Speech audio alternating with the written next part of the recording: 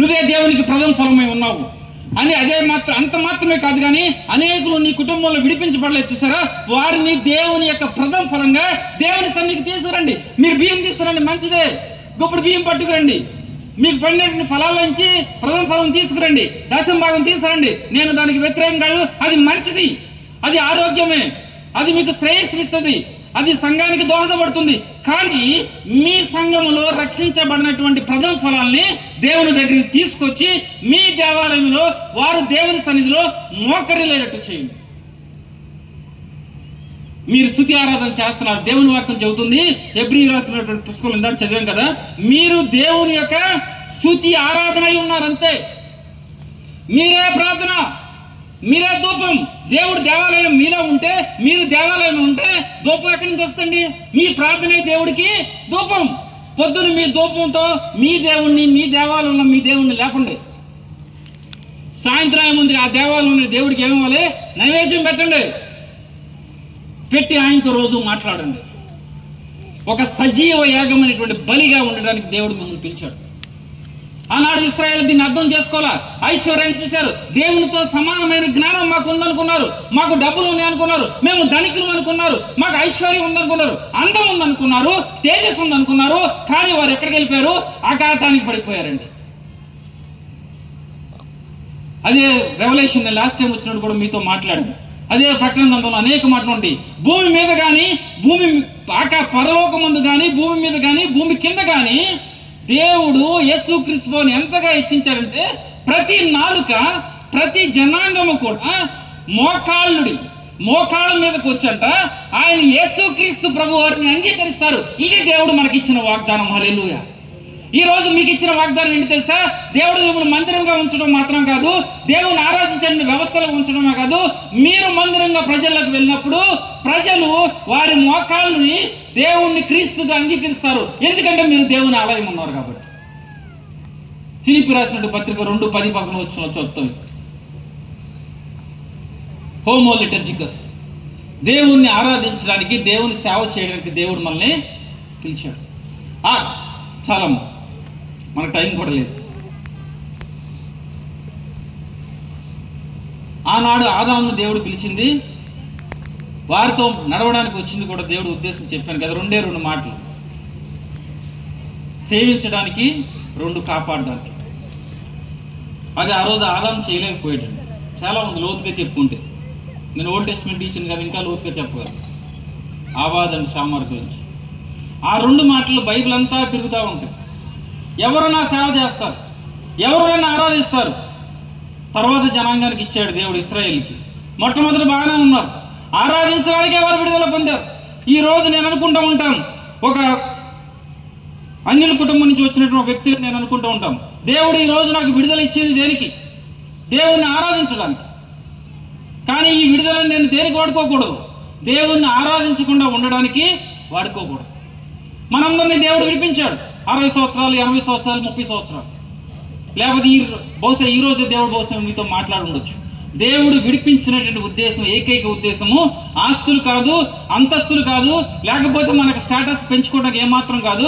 మన విడుదలలో దేవుని ఆరాధన దాగి ఉంది, ద డెలివరెన్స్. అందుకే ఇశ్రాయేల్లో మేము పండగ చేసుకోవాలి, మాకున్న సమస్యను తెలిపోవాలంటారు. మీకు ఒక ఉదాహరణ చెప్పి ముగిస్తాను. పాత నిబంధనలో ఇప్పుడు చెప్పుకున్నటువంటి కథలో మోషే గారు ఫరో దగ్గరికి వెళ్ళినప్పుడు మొట్టమొదటిగా మీరు పెద్దలు మాత్రం వెళ్ళి ఆరాధన చేయమంటాడు. జాగ్రత్తగా ఎవరినండి? అయిపోయింది 11 అయిపోయింది. మీకు పెద్దలు మాత్రం వెళ్ళి ఏం చేయమంటాడు? మీరు వెళ్ళి ఆరాధన చేసుకోండి మీ దేవుడికి అంటాడు. దానికి మోషే గారు ఒప్పుకోడు. కొన్నాళ్ళు ఆ యొక్క 10 ప్లేగులు, ఆ వ్యాధులు జరిగేటప్పుడు ప్రాసెస్లో రెండవదిగా మోషేతో ఫరో ఏం చెబుతారంటే, కావాలంటే మీ ఇంట్లో ఉన్నటువంటి పెద్దలు, మీరు పెద్దలతో పాటు పిల్లలు కూడా వెళ్ళండి అంటాడు. కానీ వెళ్తా ఏముంచమంటాడు తెలుసా? మీకున్నటువంటి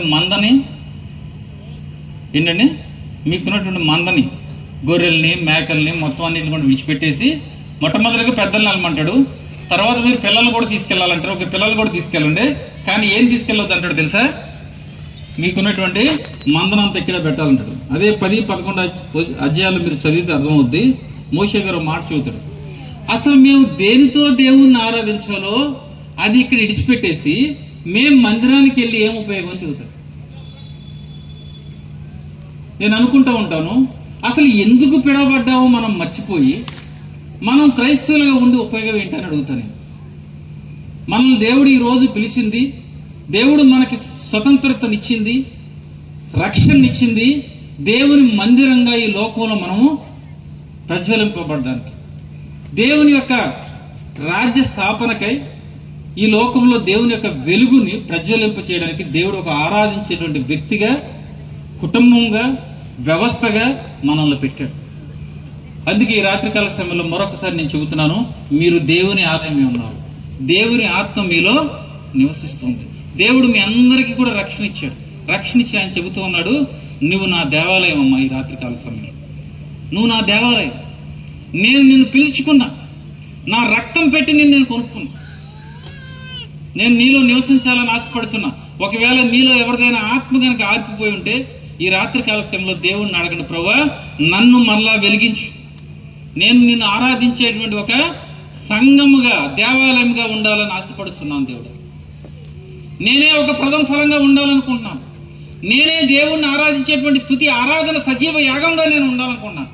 నేను ఒక ప్రార్థన, ఒక ధూపము, ఒక నైవేద్యంగా నేను ఉండాలనుకుంటున్నాను. నా జీవితాన్ని ఒక కొత్త పాటగా మార్చినైనా నీ వాక్యాన్ని నా కుటుంబంలో, నా యొక్క హృదయంలో ఉంచు. అనేకులు వెలిగించబడ్డానికి నాకు సహాయం చేయి. చివరిగా ఒక మాట చెప్పి నేను ముగిస్తాను. మీరు దేవుణ్ణి ఆరాధిస్తున్నారు. నేను చెబుతున్నానండి, రాత్రికాల సమయంలో మీరు గనక దేవుణ్ణి ఆరాధించడం రాకపోతే మీరు క్రైస్తవులు కాదు. దేవుణ్ణి ఆరాధించిన వాడు క్రైస్తవుడు కాదు. పట్టుమని ఒక నిమిషం కూడా ఆరాధించడం రావట్లేదు మనకు. I'm happy. ఇక్కడ మన సంఘం గురించి నేను మాట్లాడతలేదు, ఓవరాల్గా చెబుతున్నాను. దేవుణ్ణి ఆరాధించను. ఒకవేళ అదేదో సామెత ఉంటుంది, నేను వాడకూడదు ఆ సామెత. మీరు గనక ఇక్కడ ఆరాధించకపోతే అక్కడ 24 గంటలు ఆరాధించాలి. ఇక్కడ పట్టుమని ఒక 10 నిమిషాలు ఇంటి దగ్గర, అరగంట, గంట దేవుణ్ణి ఆరాధించడం నేర్చుకోండి. దీని కంటిన్యూషన్ ఎప్పుడన్నా మన సంఘంలో ఉన్నటువంటి వాక్యం గురించి ఫర్దర్గా చెప్పుకుందాము.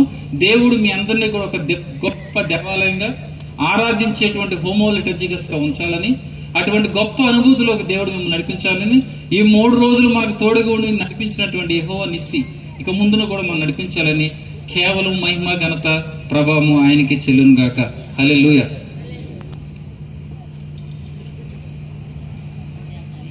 ఈ బైబిల్ గ్రంథం గురించి చాలాసార్లు చాలా మంది వ్యక్తులు చాలా సింప్లిఫైడ్ భాషలో, అంటే దీనికి ఉన్నటువంటి పవిత్రతను, పరిశుద్ధతను పక్కన పెట్టేసి మనకు నచ్చినటువంటి పనికి మాలిన చేతులతో కూడా, పనికి మాలినటువంటి ఆలోచనలతో కూడా ఒక పరిశుద్ధమైన, పవిత్రమైన జీవితాన్ని లేకుండా ఈ వాక్యాన్ని దగ్గరికి వెళ్ళి మనం ఏది నచ్చిన విధంగా, నచ్చిన పేజీ తీసుకుని, నచ్చిన రీతిలో చదివి, నచ్చిన తర్జుమా చేసుకుని, ఆ నచ్చిన విధి విధానాన్ని అవలంబిస్తున్నటువంటి రోజులు.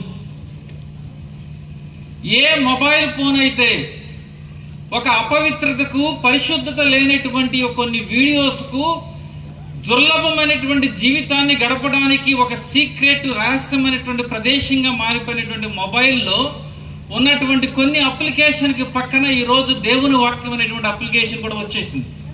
ఆ విండో ఓపెన్ చేస్తున్నాం, ఈ విండో ఓపెన్ చేస్తున్నాం. దేవుని వాక్యం ఒక టెక్స్ట్ బుక్ అయిపోయిన సందర్భంలో దేవుని వాక్యం గురించి, ఆరాధించేటువంటి క్రైస్తవుని గురించి కొన్ని విషయాలు చెప్పాలని నేను ఆశపడుతున్నాను. హోమో లిటర్జికస్ అనేటువంటి మాట గురించి ఎందుకు చెబుతూ ఉన్నానంటే, పాత నిబంధనలో ఉన్నటువంటి 39 పుస్తకాలు కానీ, కొత్త నిబంధనలో ఉన్నటువంటి 27 పుస్తకాలు కానీ, ఈ 66 పుస్తకాలు రాయబడినప్పుడు, లేకపోతే ఈ 66 పుస్తకాలని క్యాననైజేషన్ అంటారు. మనము ఈ 66 పుస్తకాలు చదవాలని మన మత పెద్దలు, మన పూర్వీకులు నిర్దేశించినప్పుడు, దేవుని చేత ప్రేరేపించబడి నిర్దేశించినప్పుడు, వారు నిర్దేశించేటప్పటికే ఈ పుస్తకాల్ని క్రైస్తవులు వారు దేవుని యొక్క ఆరాధించడానికి దేవుని మందిరంలో వాడబడుతున్నటువంటి పుస్తకాలు.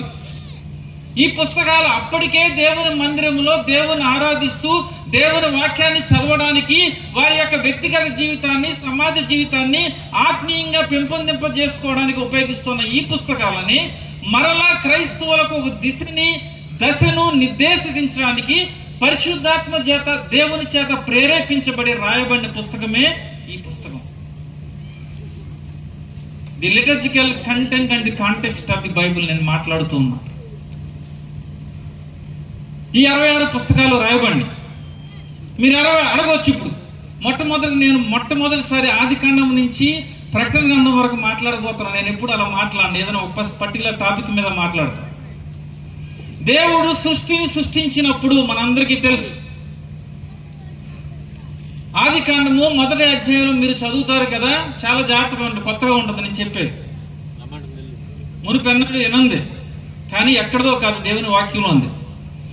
ఆది కాండములో దేవుడు మనిషిని సృష్టించినప్పుడు 1వ అధ్యాయంలో మనం చదువుతాము, దేవుడు సృష్టిని ఎన్ని రోజులు చేశాడండి? 7 రోజులు చేశాడు. ఇన్ఫాక్ట్ హీబ్రూ బైబిల్లో 1వ అధ్యాయము 1వ వచనం 7 మాటలే ఉంటాయి. 6 రోజులు చేసి 6వ రోజున మనిషిని చేసిన తర్వాత దేవుడు 7వ రోజున విశ్రాంతి తీసుకుని అది పరిశుద్ధ దినము, అది చాలా మంచి రోజు అని చెబుతాడు. 1వ అధ్యాయము రాయబడినటువంటి సందర్భాన్ని కనుక మనం చూసినట్లయితే 1వ అధ్యాయంలో దేవుడు ఒక మంచి ఆర్కిటెక్ట్ గా ఈ లోకాన్ని సృష్టించి, ఈ లోకంలో దేవుడు మనిషిని పెట్టి, మనిషితో దేవుడు నడవడానికి, మనిషితో నివసించడానికి, ఆయనతో సహవాసం చేయడానికి, దేవునికి సేవ చేయడానికి 6వ రోజున మనిషిని సృష్టించాడని దేవుని వాక్యంలో చెప్పబడింది. చూడండి ఒకసారి ఆది కాండము. నేను అందుకే రిఫరెన్స్లు చెబుతానన్నా, కొన్ని రిఫరెన్స్లు చెబుతాను, మీరు దయచేసి చదవాలి కూడా, తర్వాత కావాలంటే మీరు చూసుకోవచ్చు. ఆది కాండము 2వ అధ్యాయము 15వ వచనం. మరియు దేవుడైన యెహోవా నరుని తీసుకుని ఏదేను తోటను సేద్యపరచుటకును దాని కాచుటకును, దేవుడు భూమి అనేటువంటి దేవుని యొక్క దేవాలయాన్ని సృష్టించి, ఎవరినండి దేవుని సృష్టించాడు? భూమిని. ఈ భూమి మీద సంచరించడానికి దేవుడు భూమి మీదకి వచ్చేవాడంట. చూడండి 3వ అధ్యాయం 8వ వచనం ఉంటుంది. తోటలో సంచరించుచున్న దేవుడైన యెహోవా స్వరమైంది. దేవుడు ఎక్కడ సంచరిస్తున్నాడండి? తోటలో. ఏదైనా తోటలో, భూమి మీద, దేవుడు తాను ఇష్టంగా చేసుకున్న భూమి మీద, దేవుని ఆలయమైన భూమి మీద దేవుడు సంచరిస్తూ, ఈ భూమి మీద దేవుడు మనిషిని సృష్టించినటువంటి 2 మాటలు, హీబ్రూ మాటలు అక్కడ ఉంటాయి. ఒకటి సేద్యపరచడానికి, రెండవది దేనికండి? దేనికంట? కాచుటకు, ఆబాదన అంటారు హీబ్రూ భాషలో. సేద్యపరచడం అంటే సేవ చేయడానికి. దేవుడు ఈ భూమిని ఒక దేవాలయంగా సృష్టించి, ఈ దేవాలయం అనే భూమి మీద, ఆ భూమిలో దేవునికి సేవ చేయడానికి దేవుడు పెట్టుకున్నటువంటి వ్యక్తి ఎవరో తెలుసా? ఆదాం. రెండవది అక్కడ ఇంకో మాట ఉపయోగించి ఉండదు, అది షామార్ అనే మాట. షామార్ అంటే కాచేవాడు. నేను ఎందుకు చెబుతానంటే, ఈ యొక్క రిఫ్లెక్షన్ అంతా కూడా పాత నిబంధనలో దేవుడు ప్రత్యక్ష గుడారాన్ని ఇశ్రాయేలు కొరకు ఏర్పరిచినప్పుడు, దేవాలయాన్ని ఏర్పరిచినప్పుడు, లేవీల్ని తన ప్రజలుగా ఆయన స్వకీయ జనాంగా ఏర్పరచుకున్నప్పుడు, లేవీలకి దేవుడు ఇచ్చినటువంటి పని ఏంటో తెలుసా? ఈ 2 పనులే దేవుడు వారికి ఇస్తాడు. మొట్టమొదటిగా ఆదాంకి ఇచ్చాడు దేవుడు సృష్టిని అంతటిని కూడా, ఏదైనా తోటనంతటి కూడా తన దేవాలయంగా తీసుకుని తన ప్రజలను సేవ చేసేవాడుగా, కాపాడేవాడుగా పెట్టినప్పుడు, ఆదాము అవ్వ తప్పు చేసి ఆ సేవ నుంచి, ఆ కాపలా కాసే పని నుంచి వాళ్ళు ఏం చేశారు? తప్పుకున్నారు. చూడండి సంఖ్యాకాండం 3వ అధ్యాయం 7 నుంచి 8 వచనాలు చదవండి. కొద్దిగా స్పీడ్ గా చదవరా ఎవరు? సంఖ్యాకాండము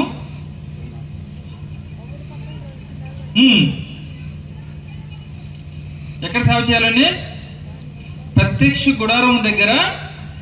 అదే మాట నేను ఇందాక చెప్పాను చూసారా, అదే మాట ఇక్కడ మరలా ఎవరు ఉపయోగిస్తున్నారు? మోషే గారు లేవీల గురించి చెబుతున్నాడు. వారు మందిరపు సేవ చేయవలను, తాము కాపాడవలసిన దాన్ని. హల్లెలూయా. ఒకప్పుడు దేవుడు ఆదాంకి ఇదే పని ఇచ్చాడు. జాగ్రత్తగా వినండి మాట. సేవ చేయమని చెప్పాడు, కాపాడమని చెప్పాడు. ఎప్పుడైతే ఆదాము చేయలేకపోయాడో, అవ్వ చేయలేకపోయిందో, మరలా తాను తన పని చేయడానికి ఒక స్వకీయ జనాంగాన్ని ఏర్పరచుకున్నాడు. పరిశుద్ధులుగా ఉండడానికి ఏర్పరచుకున్నాడు. వారిని ప్రత్యేకపరిచి మరలా వారికి దేవుడు ఏ పని చెబుతున్నాడండి? ఇదే పని చెబుతున్నాడు. మీరు 8వ అధ్యాయం 26, 27 వచనాలు ఇదే సంఖ్యాకాండం చదివితే మరలా ఇదే మాట ఉపయోగించబడి ఉంటుంది. రెండే పనులు. మీరు సేవ చేయడానికి వచ్చారు, రెండోది కాపలా కాయడానికి వచ్చారు. మొట్టమొదటిగా దేవుడు ఆదామును సృష్టించినప్పుడు, దేవుడు ఆదామును సృష్టించినటువంటి పర్పస్, ఉద్దేశం ఏంటో తెలుసా? దేవుణ్ణి సేవ చేయడానికి. ఇంకొక మాటలో చెప్పాలంటే దేవుణ్ణి భూమి మీద ఆరాధించడానికి దేవుడు ఆదాముని సృష్టించి ఉన్నాడు. కానీ ఆదాము దాన్ని ఏం చేయలేదు, అర్థం చేసుకోవాలి. చూడండి, ఇంకొక మాట ఇందాక మనం చదివి కదా, 3వ అధ్యాయం చదివాం కదా. ఆయన తోట మధ్యలో ఏం చేశాడంట? సంచారం చేశాడంట. మీరు లేవికాండంలో రిఫరెన్స్ లో ఇప్పుడు నేను తీసుకెళ్ళను, చాలా చోట్ల ఉంటుంది. దేవుడు ప్రత్యక్ష గుడారంలో సంచారం చేసినట్లు దేవుడు ఇశ్రాయేల్ ప్రజల మధ్యన సంచారం చేశాడని ఉపయోగించినటువంటి ప్రతి మాట కూడా ఇదే మాట. సంచారం చేశాడు దేవుడు వారి మధ్యన. ఈ సంచారం చేయటం దేవుడు సృష్టిని మొదలు పెట్టినప్పుడే చేశాడు. దేవుడు ఆ రోజే మనిషికి చెప్పాడు, మీరు నా సేవ చేయాలి అని. కానీ మనిషి అర్థం చేసుకోవాలి. అందుకే దేవుడు ఒక జనాంగాన్ని భూమి మీద నుంచి ఎంచుకున్నాడు, అదే ఇశ్రాయేలు అయినటువంటి ప్రజలు. నిర్గమాకాండం 3వ అధ్యాయానికి రండి ఒకసారి. నేను రిఫరెన్స్ చెప్పాలి, అప్పుడే మీకు అర్థం అవుతుంది. 3వ అధ్యాయానికి రండి. 3వ అధ్యాయము 12వ వచనం.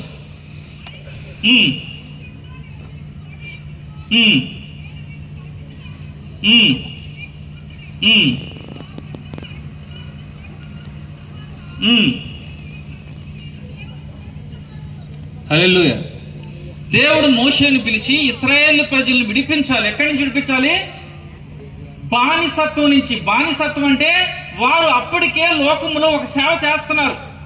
ఆ సేవ నుంచి, ఆ బానిసత్వం నుంచి, ఆ క్రూరత్వం నుంచి వారిని విడిపించాలి. విడిపించి నువ్వేం చేయాలి? వారిని నా సేవ చేయడానికి వారిని పిలవాలి. నా దగ్గర టైం లేదు కాబట్టి ఆ రిఫరెన్స్ లను తీసుకెళ్ళలేదు. కానీ ఒక రిఫరెన్స్ మీకోసం చెప్తా. 9వ అధ్యాయం చదవండి, 2వ వచనం, 1వ వచనం.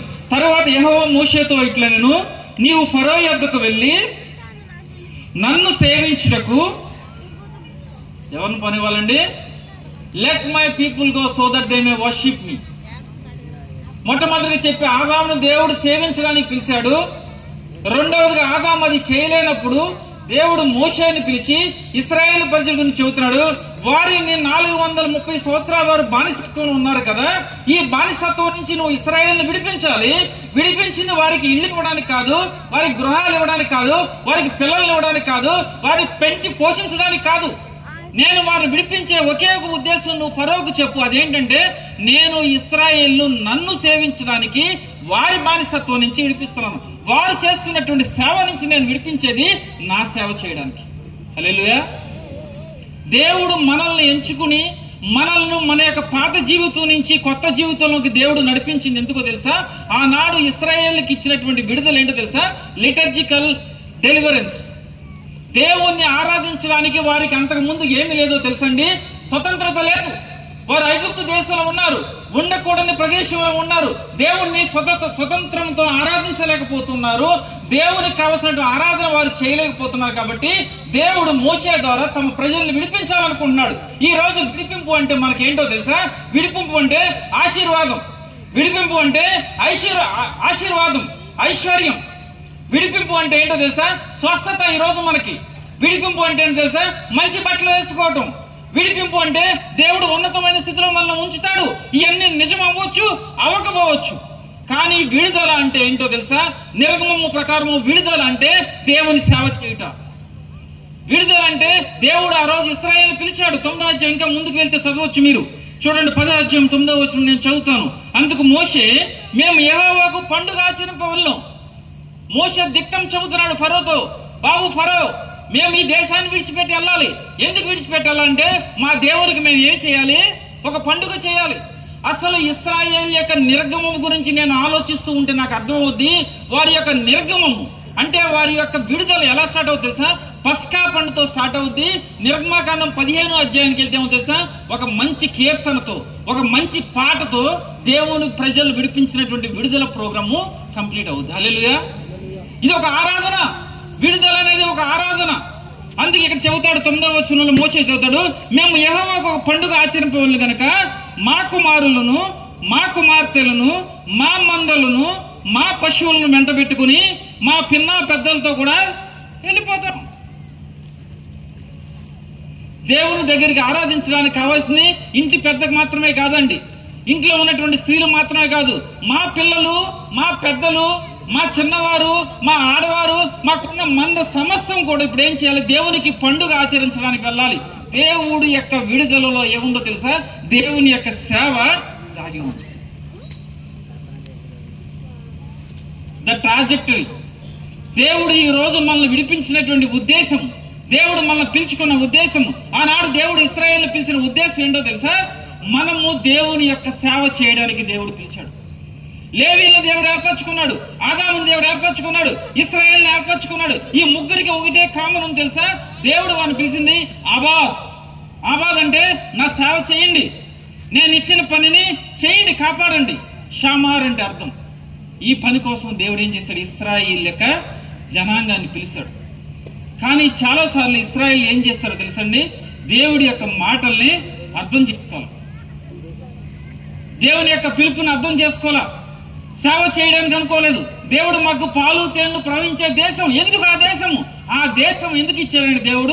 దేవుణ్ణి ఆరాధించేటువంటి ఒక స్వకీయ జనాంగంగా మిమ్మల్ని నిలబెట్టి చుట్టుపక్కల ఉన్నటువంటి ప్రతి దేశంలో ఉన్నటువంటి ప్రతి పౌరుని కూడా దేవుని దగ్గర నడిపించడానికి, మిమ్మల్ని ముఖద్వారంగా, దేవుని మందిరంగా, దేవుని ఆత్మ నడిపింపు వచ్చేటువంటి మార్గంగా మిమ్మల్ని వాడుకోవడానికి దేవుడు ఆ ప్రదేశాన్ని ఇవ్వాలనుకున్నాడు. కానీ మీరు మీ పిల్లా పాపలతో అభివృద్ధి చెంది మీ సంపదను పెంచుకోవడానికి మాత్రము ఏమాత్రం కూడా కాదు. చూడండి, ఒక వచ్చిన భాగాన్ని నేను మీ దగ్గరికి తీసుకెళ్తాను.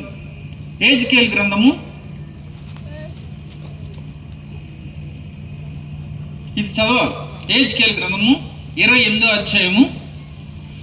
ఎందుకు దేవుడు పాత నిబంధనలో నేను చెప్పాను, ఆదాము అవ్వ గురించి చెప్పాను, మోషే గురించి చెప్పాను, లేకపోతే దేవుని కోసం ఏర్పరచబడినటువంటి జనాంగం గురించి లేవీకాండం 19వ అధ్యాయం 5-6 వచనం ఉంటుంది. మిమ్మల్ని నా స్వకీయ జనాంగంగా, యాజక సమూహంగా నేను పెంచుకున్నానని దేవుడు చెబుతాడు.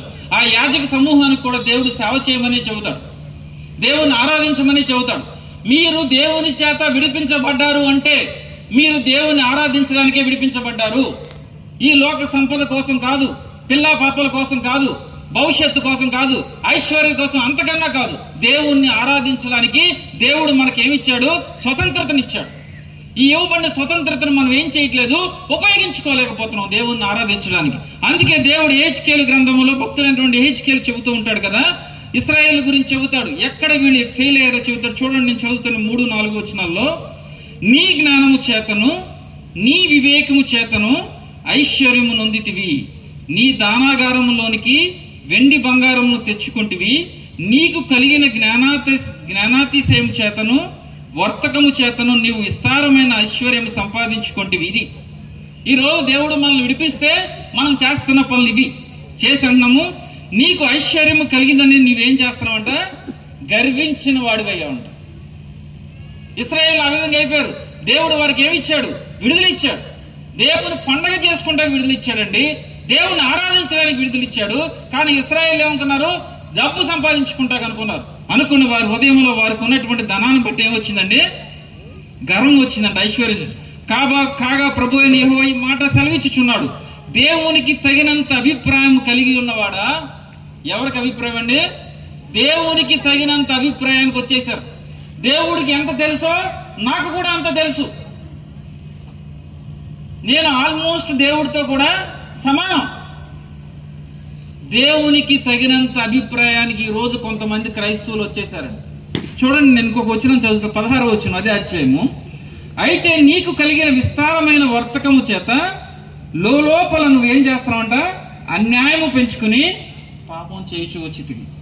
17వ వచనం అంటాడు, నీ సౌందర్యము చూచుకుని నువ్వేం చేస్తున్నావు? బహుశా కొంతమంది ఐశ్వర్యం చూసుకుని గర్వపడుతున్నారేమో, మరి కొంతమంది అన్యాయాన్ని పెంచుకుంటున్నారంట, పాపాన్ని పెంచుకుంటున్నారంట ఆస్తిలాగా.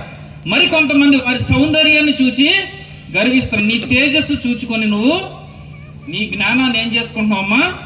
చెరిపేసుకుంటున్నావు.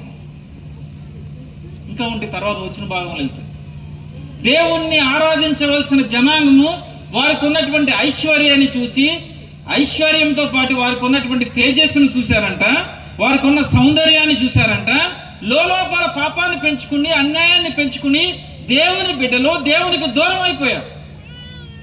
ఇటువంటి పరిస్థితుల్లో క్రీస్తు అనేటువంటి దేవుని కుమారుడు ఈ లోకానికి వచ్చి ఏ దేవాలయంగా అయితే దేవుడు ఉండాలని ఈ భూమిని సృష్టించాడో ఆ సృష్టిని మొదటి ఆదాము అర్థం చేసుకోవాలా? ఇశ్రాయేలు ప్రజల్ని తన స్వకీయ జనాంగంగా దేవుడు పిలుచుకుని నా సేవ చేయమని చెబితే ఆ జనాంగం కూడా అర్థం చేసుకున్నప్పుడు దేవుడే స్వయాన తన కుమారుని ఈ లోకానికి పంపించాడని ఉంటుంది. అనంటారా కాదంట? యోహాను సువార్త 1:14 ఉంటుంది. ఏమని ఉంటుందండి? శరీరధారి ఆయన ఏం చేశాడంట? ఆ వాక్యము శరీరధారి ఎక్కడ నివసించిందండి? కృపా సత్య సంపూర్ణం ఎక్కడ జీవించింది? ఎక్కడ నివసించింది? మన మధ్యన. ఈ నివసించడం అన్న మాట మళ్ళీ అదే మాట, నివసించడం. ట్యాబర్నాకిల్ అమాంగ్ us అని ఉంటుంది ఇంగ్లీష్లో. ఆ రోజు ప్రత్యక్ష గుడారంలో దేవుడు ఏ విధంగా అయితే సంచరించి నివసించాడో అదే విధంగా దేవుడు మరలా ఈ భూమిని తన దేవాలయం చేసుకుని భూమి మీద ఉన్నటువంటి ప్రతి జీవి కూడా దేవుణ్ణి ఆరాధించాలని, ప్రతి గోత్రము ప్రతి నాలుక కూడా ఆయన ముందు సాష్టాంగ నమస్కారం చేయాలని ఆయన మరలా ఈ భూమి మీదకి ఏం చేశాడు? దేవుణ్ణి ఆరాధించేటువంటి ఆరాధికులను పట్టుకోవడానికి భూమి మీదకి వచ్చాడు. ప్రత్యక్ష గుడారం ఆయన భూమి మీదకి దిగాడు. దిగి ఈ రోజు ఎవరైతే యేసుక్రీస్తుని అంగీకరించారో వారందరినీ కూడా ఆ రోజు ఆదాముకి ఇచ్చినటువంటి ఆధిక్యత, ఆ రోజు ఇశ్రాయేలు ప్రజలకు ఇచ్చినటువంటి ఆధిక్యత, ఆనాడు లేవీలకు యాజకులకు ఇచ్చినటువంటి ఆధిక్యతను దేవుడు ఇవ్వడానికి ఈ భూమి మీదకి వచ్చాడు మనకి. హల్లెలూయా. ఈ రోజు ఈ వాక్యము, ఈ రోజు ఈ జీవితం, ఈ రోజు ఈ సంఘంలో ఉన్నటువంటి మనము ఎవరు అంటే దేవుణ్ణి ఆరాధించడానికి పిలువబడిన వాళ్ళు. ఈరోజు సంఘంలో మనం ఏం చేస్తూ ఉంటామంటే ఆరాధన చేస్తూ ఉంటాం. అవునంటారా? చెప్పాలి మీరు. హల్లే చెబితే నేను చెబుతా. ఆరాధన చేస్తాం కదా. ఏముంటాయి ఆరాధనలో? ఫస్ట్ నుంచి స్టార్టింగ్ నుంచి ఎండింగ్ వరకు ఏం చేస్తాం ఆరాధనలో? మనం చర్చికి వచ్చి ఏం చేస్తామండి? మొట్టమొదటిగా ప్రార్థన చేస్తాం. పాటలు పాడతారు కదా. ఇందా చెబుతున్నారు పాస్టర్ గారు, పాటలు పాడుతూనే ఉంటాం. అందరూ అన్ని చోట్ల అదే జరుగుతుంది అనుకోండి. పాటలు పాడతాం. హల్లెలూయా. చెప్పండి. పాటలు పాడతాం. ఇంకేం చేస్తాం? ప్రార్థన చేస్తాం, స్తుతి ఆరాధన చేస్తాం, వాక్యం చదువుతాం, ఇంకా సాక్ష్యం చెబుతాం. వాక్యం చదువుతాము, వాక్యం కూడా చెబుతారు సేవకులు. ఏదైనా మరి పాత మరి నాకు తెలియదు వడ్డేశ్వరం గ్రామంలో ఉందో లేదో. మా ఊరు చర్చిలో నేను చూసిన ఏంటంటే ఇంటికాడ కోడి గుడ్డు పెట్టినాడు ఫస్ట్ గుడ్డు పట్టుకొస్తాం. మన సొరపాదికి ఫస్ట్ సొరకాయ పట్టుకొస్తాం. ఆ కోట బియ్యం ఇంటికాడ కొనుక్కున్న దాంట్లో నుంచి అప్పుడు తీసి ఇప్పుడు మర్చిపోయారేమో నాకు తెలీదు. ప్రథమ ఫలం ఏం చేస్తాం? పట్టుకొచ్చి ఇస్తాం. It's a complete progressive report of church worship. ఒక్కొక్క సంఘంలో ఒక్కొక్క లిటర్జికల్ ఆర్డర్ ఉండొచ్చు, బట్ అన్నిట్లో ఉండేటువంటి మెయిన్ ఎలిమెంట్స్ అంతే కదా. ఆరాధనలో ఉండేటువంటి భాగాల గురించి నేను మాట్లాడుతున్నాను. జాగ్రత్తగా వినండి సంఘమా. మీ సంఘములో జరిగేటువంటి ఆరాధనలో ఉన్న ప్రతి భాగము మీరే. ఏం చెప్పా నేను? మీ సంఘములో ఉన్నటువంటి ఆరాధనలో ఉన్న ప్రతి భాగము ఎవరో తెలుసా? ఆరాధిస్తున్నటువంటి మీరే. దేవుని నామానికి మహిమ కలుగును గాక. 1 కొరింథీయులకు రాసిన పత్రిక 15వ అధ్యాయము 20 నుంచి 23వ వచనంలో చదివితే అపోస్తలుడైన పౌలు చెబుతాడు. చదవండి ఎవరన్నా, స్పీడ్గా చదవండి, టైం లేదు.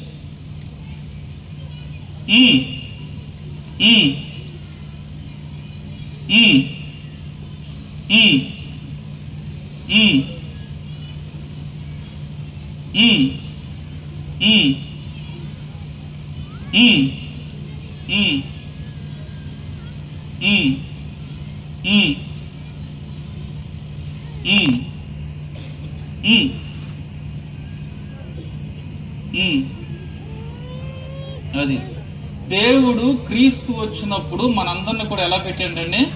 ప్రథమ ఫలంగా పెట్టాడు. కొత్త నిబంధనలో మొట్టమొదటి మీరు ఆరాధనలో నేను లాస్ట్ లో చెప్పే ఇప్పుడు అటు నుంచి చెప్పుకుంటూ వస్తాను. ప్రథమ ఫలం క్రీస్తు అనేటువంటి సంఘములో దేవుడు మనల్ని ఎలా పెట్టాడండి? ప్రథమ ఫలం. అంటే మీరు సంఘానికి పట్టుకొచ్చేటువంటి ప్రథమ ఫలం చూసారా? ఆ ప్రథమ ఫలం ఎవరో తెలుసా? మీరే. క్రీస్తుకు మీరెవరు? ప్రథమ ఫలం. జాగ్రత్తగా అందుకే స్లోగా చెబుతారు. మీరు ప్రథమ ఫలమై ఉన్నారు. మీరు పాత నిబంధనల కీర్తనలో చదవండి ఒకసారి. కీర్తనలు 96వ కీర్తన చదివినా, కీర్తనలో 98వ కీర్తన చదివినా, లేదా కీర్తన 149వ కీర్తన 9వ వచనం చదవండి ఒకసారి. కొద్దిగా స్పీడ్గా చదవండి.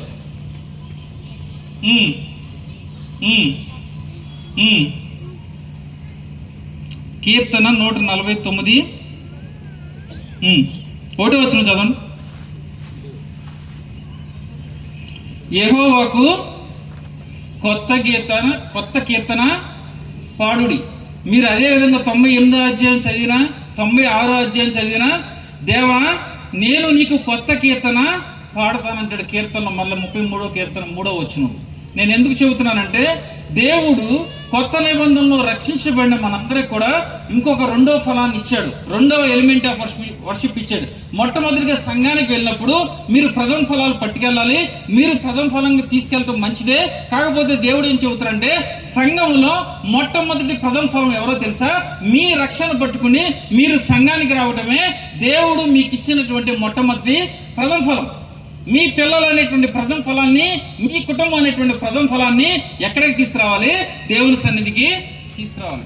రెండవదిగా సంఘానికి వెళ్ళినప్పుడు మీరేం చేస్తారు? పాటలు పాడతారు. మీరేం చేస్తారు? ఆరాధిస్తారు. ఎక్కడి నుంచి పడతారు? భక్తులు రాసినటువంటి పాటలు పాడుతూ ఉంటారు. కానీ బైబిల్ నేను చదువుతున్నప్పుడు బైబిల్ 5 నుంచి 6 ఉదాహరణలు ఉన్నాయి.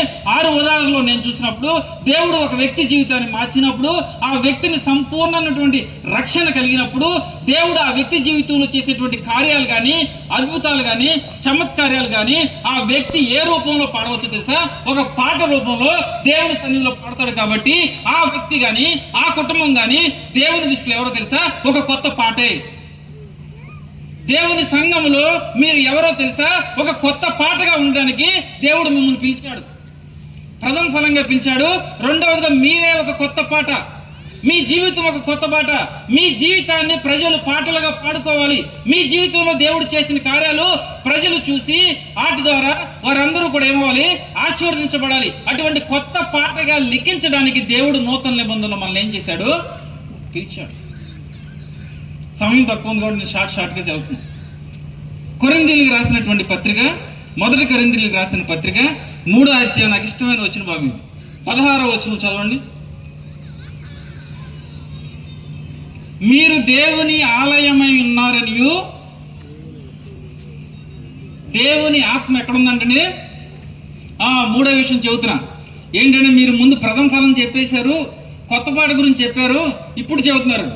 దేవుని వాక్యం చెబుతుంది మీరు దేవుని ఆలయం అంట. హల్లెలూయా. ఆలయం ఎవరండి?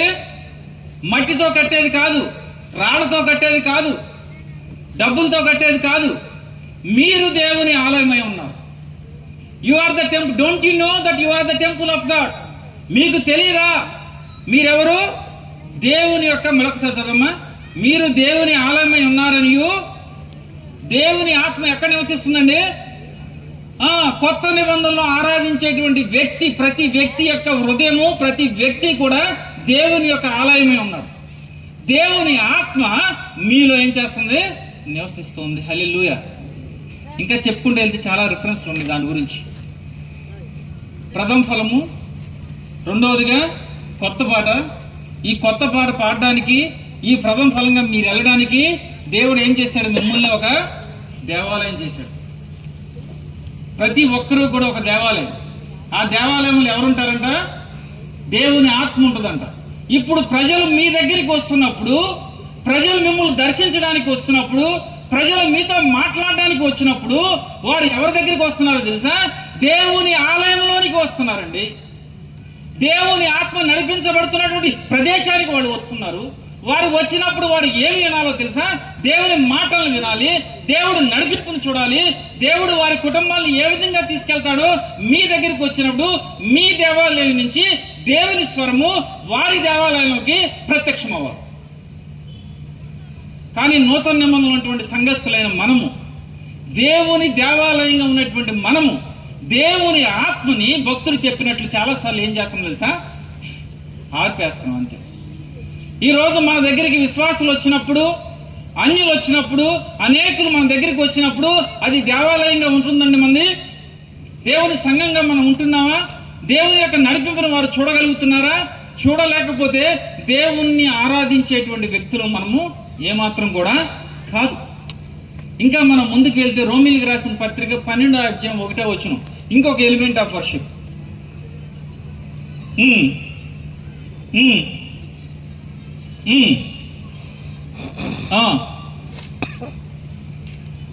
పరిశుద్ధమును దేవునికి అనుకూలమైన సజీవ యాగముగా మీ శరీరములను ఆయనకి సమర్పించుకుంటని,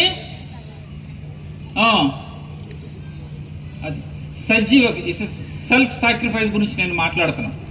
దేవుడు పాత నిబంధనలో వారు బలులు అర్పించేవాడు. కొత్త నిబంధనలో మీరే దేవాలయం ఉన్నారు కాబట్టి మిమ్మల్ని మీరు దేవుని యొక్క సన్నిధిలో, దేవుని యొక్క ఆత్మ మీలో నివసిస్తుంది కాబట్టి మిమ్మల్ని మీరు ఎలా అర్పించుకోవాలండి? సజీవ యాగముగా అర్పించుకోండి. చూడండి, బలి అర్పణ ఇంకొక ఎలిమెంట్ వచ్చింది. సజీవ యాగంగా మిమ్మల్ని మీరు అర్పించుకోండి ఉండదు. ఇంకా వచ్చిన భాగంలో వెళ్తే చాలా రిఫరెన్స్లు ఉన్నాయి. హెబ్రీయులకు రాసిన పత్రిక 13వ అధ్యాయము 15వ వచనం ఉంటుంది. You're a continual sacrifice of praise అని ఉంటుంది. దేవునికి స్తుతి అర్పణ అంటే ఎప్పటికీ అర్పించబడేటువంటి ఒక స్తుతి అర్పణగా మీరు ఉండమని ఉంటుంది. పాత నిబంధనలో వారు ఏం చేసేవాళ్ళంటే ఉదయాన్నే ఆయనకి ధూపం వేసేవాళ్ళంట, సాయంత్రం పూట ఆయనకి నైవేద్యాన్ని ఇచ్చేవాళ్ళంట. దేవుడు ఏం చేస్తాడు? నా ప్రార్థన భక్తుడు చెబుతాడు, నీ సన్నిధికి ఏ విధంగా రావాలి? ఒక ధూపములాగా, ఒక నైవేద్యం లాగా నా ప్రార్థన రావాలని కోరుకుంటాడు. ప్రార్థన దేవుడు ఒక ధూపంగా, నైవేద్యంగా మార్చాడు. దేవుడు యొక్క బలి అర్పించాడు. బలిని ఏం చేశాడంటే ఒక సజీవ యాగంగా మార్చాడు. స్తుతి ఆరాధన, స్తుతి అర్పణగా దేవుడు మార్చాడు. హెబ్రీయులకు రాసిన పత్రిక ఇప్పుడు చెప్పారు కదా 13-15 వచనం. మీరు పట్టుకొచ్చేటువంటి బలి అర్పణను దేవుడు ఏం చెబుతున్నాడు? ప్రథమ ఫలంగా మిమ్మల్ని మార్చారని చెబుతున్నాడు. మీరు పాడేటువంటి పాట పాడేది మీరు కాదు, మీరే దేవునికి ఒక నూతన గీతంగా ఉండమని దేవుడు కోరుకుంటూ ఉన్నాడు. ఇదంతా చెబుతున్నాడు దేవుడు. ఇదంతా కాదు, దేవుని ఆత్మ మీలో నివసిస్తుంది కాబట్టి మీరు దేవుని యొక్క మందిరమై ఉన్నారని చెబుతున్నాడు. ఇవన్నీ కూడా చెప్పుకుంటూ వెళ్తే చాలా రిఫరెన్స్లు ఉన్నాయి. ఇంకొక లాస్ట్ రిఫరెన్స్ చెబుతారండి. 1 పేతురు రాసిన పత్రిక 2వ అధ్యాయం 9వ వచనం చెబుతారు కదా, మీరెవరు?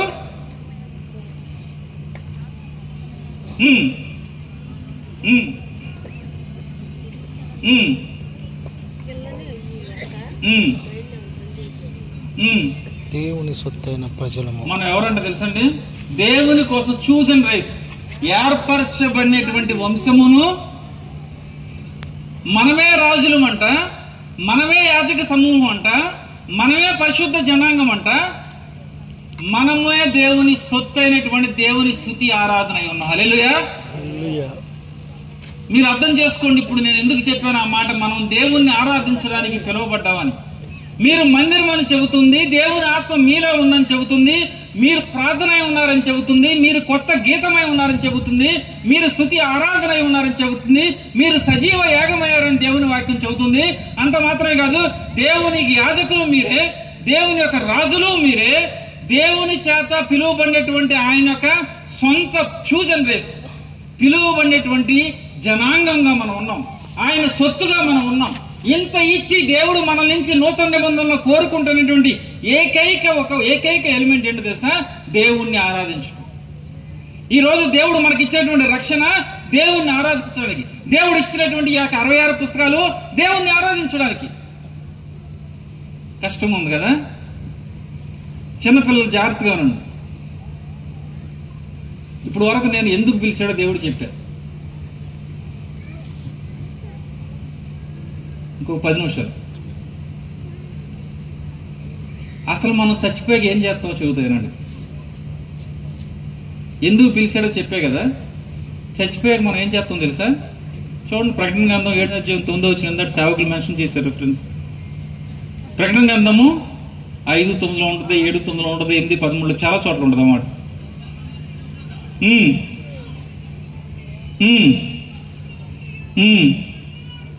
ఎక్కడి నుంచి అండి? ప్రతి జనములో నుండి, ప్రతి వంశములో నుండి, ప్రజల్లో నుండి, ఆయా భాషలు మాట్లాడు వారిలో నుండి వచ్చి ఎవడునూ లెక్కింపజాలని ఒక గొప్ప సమూహం కనబడుతుందంట ఇక్కడ. ఎవరో? వీళ్ళంతా కూడా దేవుని దగ్గరికి కొనుక్కోబడినటువంటి క్రైస్తవుల గురించి నేను మాట్లాడుతున్నా. అంటే మీరు ఇక్కడి నుంచి చనిపోయినా, లేకపోతే దేవుని రాకడ వచ్చి మీరందరూ కొనుక్కోబడినా జరిగేటువంటి ప్రక్రియ నేను చెబుతున్నా. చదవమ్మా. వారు తెల్లని వస్త్రములు ధరించుకున్నవారే ఖర్జూరపు మట్టలు చేత పట్టుకుని సింహాసనము ఎదుటను గొర్రెపిల్ల ఎదుటను నిలువబడి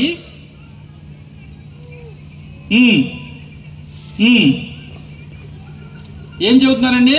ప్రభువా మాకిచ్చిన రక్షణకే నీకు స్తోత్రమని మహాశబ్దముతో ఎలుగెత్తి చెబుతున్నారంట. హల్లెలూయా. మీరు ఇక్కడ స్తోత్రం చెప్పలేదనుకోండి, అక్కడ స్తోత్రం చెప్పాలి. మహాశబ్దం అంటది. ఆ మహాశబ్దంతో ఎలుగెత్తి ఎప్పుడైనా అరిసారా మీరు? మహా